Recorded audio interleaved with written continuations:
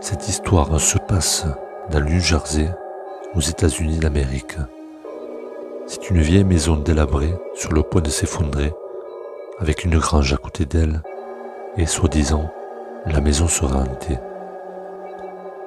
Selon la légende urbaine, un ancien combattant de la guerre civile qui l'habitait a assassiné sa femme et incendié l'endroit, puis s'est pendu sur le porche. Tout le monde dans la ville connaît la légende de la maison des Mongols. Aujourd'hui, sur les murs, vous pouvez lire des graffitis qui disent « Allez, pendant que vous le pouvez. Et surtout, c'est l'enfer. » La légende raconte que l'endroit a été témoin de nombreux et cruels meurtres. Mais cette histoire commence avec les premiers habitants de la maison, un vétéran de la guerre civile américaine et sa femme. Le couple n'a jamais pu avoir d'enfant, mais soudain, avec plus de 40 ans, la femme est tombée enceinte.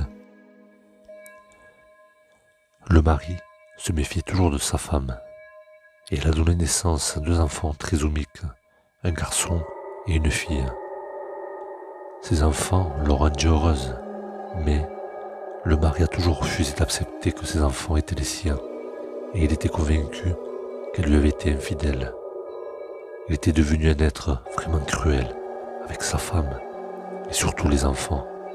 Il les a gardés attachés et leur a interdit de quitter la maison et d'avoir des contacts avec d'autres personnes. On dit que face aux abus, les enfants se sont déchaînés et se sont déformés d'une manière ou d'une autre. Une nuit terrible, le couple a eu une bagarre et l'homme s'est mis en colère, a perdu le peu de raison qu'il avait, a pris le fusil et a tiré sur sa femme au visage. Puis, il a mis le feu à la maison avec les enfants à l'intérieur et s'est pendu. D'une manière ou d'une autre, les enfants se sont échappés et ont continué à vivre dans les ruines brûlées de la maison, accompagnés des corps calcinés de leurs parents. Des années plus tard, des cris de bébés pouvaient être entendus venant de la maison.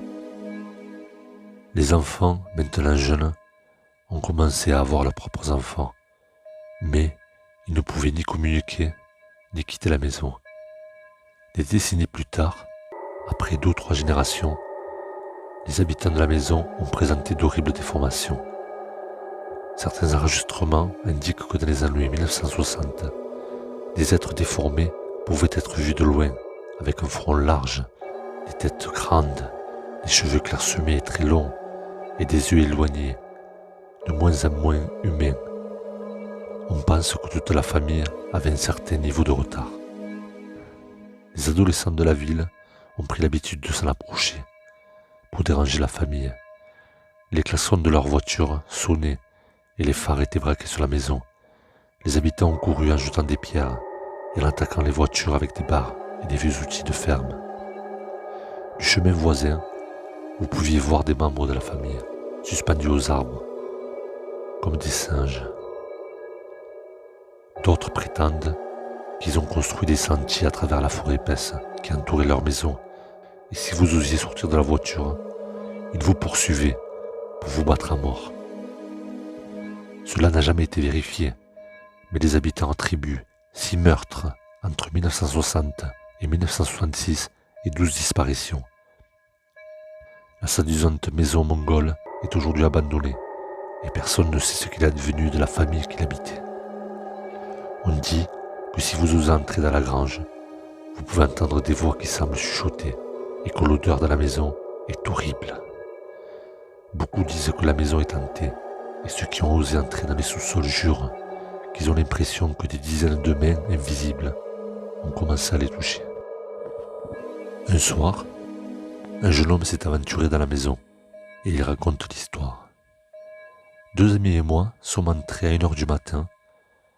Dès que nous avons mis la voiture sur la route à côté de la maison, nous avons cru voir le visage d'un homme qui nous regardait depuis une fenêtre. Nous sommes sortis de la voiture et lorsque nous nous sommes approchés de la porte, nous avons tous ressenti quelque chose d'étrange. Nous étions à 26 degrés, mais quand nous sommes entrés dans la maison, le froid devenait insupportable. Je me souviens qu'il y avait un très vieux frigo en bas et que soudainement, il a commencé à fonctionner. Effrayés par le bruit, nous avons commencé à courir comme des fous pour sortir. Et lorsque nous sommes passés à travers la grange, nous avons entendu une voix d'homme venant de l'intérieur.